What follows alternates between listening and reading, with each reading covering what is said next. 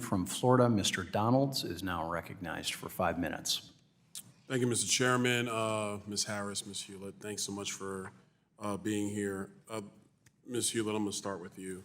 So everything I've been able to surmise from today's hearing is that there was a dual regulator for SVB. It was part your department, part the Federal Reserve Bank of San Francisco.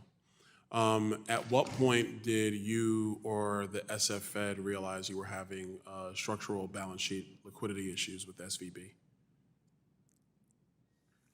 We recognize that on March 9th, when SVB had a negative cash balance of $958 million, they were insolvent. And we had to act Ms. Hewlett, and I want to go back because I think everybody understands the insolvency aspects when it actually occurred.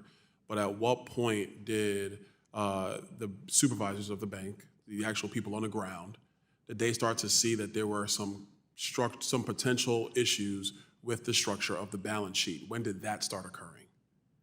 Because the bank had been cited at least 13 times up before its failure. So, like, give me that process. Like, when were they notified? They were notified numerous times. And what was the response? But definitely in 2022.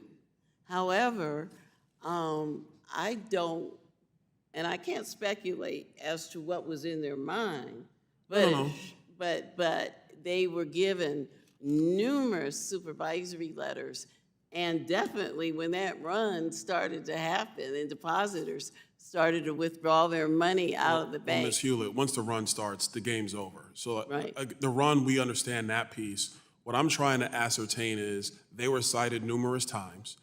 And by the way, I was in commercial banking. That's where I started my career. I've dealt with regulators. They were cited numerous times. What was the response from Silicon Valley Bank when they were being cited?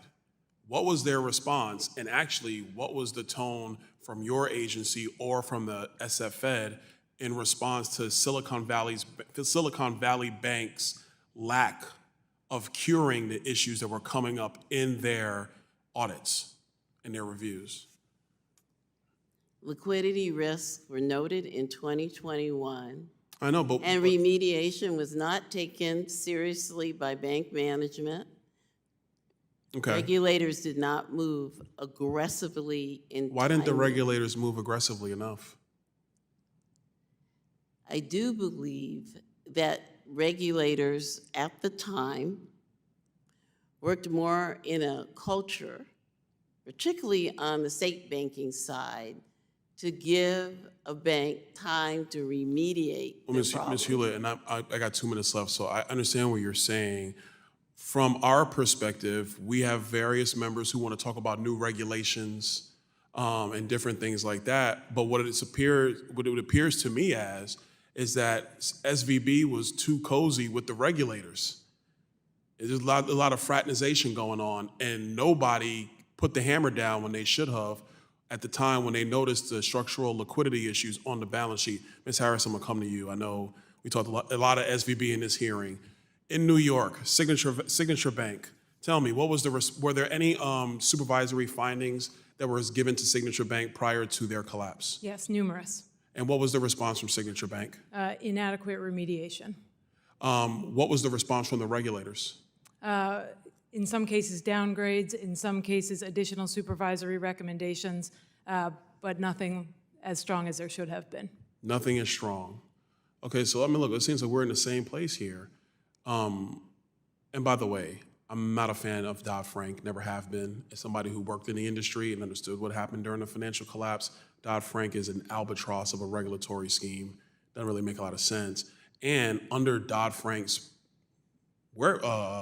framework, we still have these banking issues. It may not be the large, massive banks, but regional banks play a significant role in our financial system.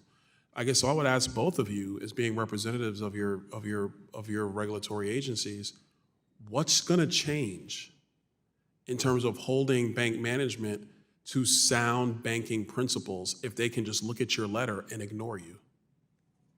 Sir, I'll take the first stab. I think it's a good point. We are working to escalate things quickly and under my time in my 19 months at DFS to take swifter and more severe action where necessary. Do you think, final question, Ms. Harris, I'm gonna ask you, do you think it's appropriate at this point for the Federal Reserve to actually be in charge of supervisory oversight of banks? Do Yes. you think they're good at their job? I think all regulators are working on recommendations to improve oversight. All right, I yield back.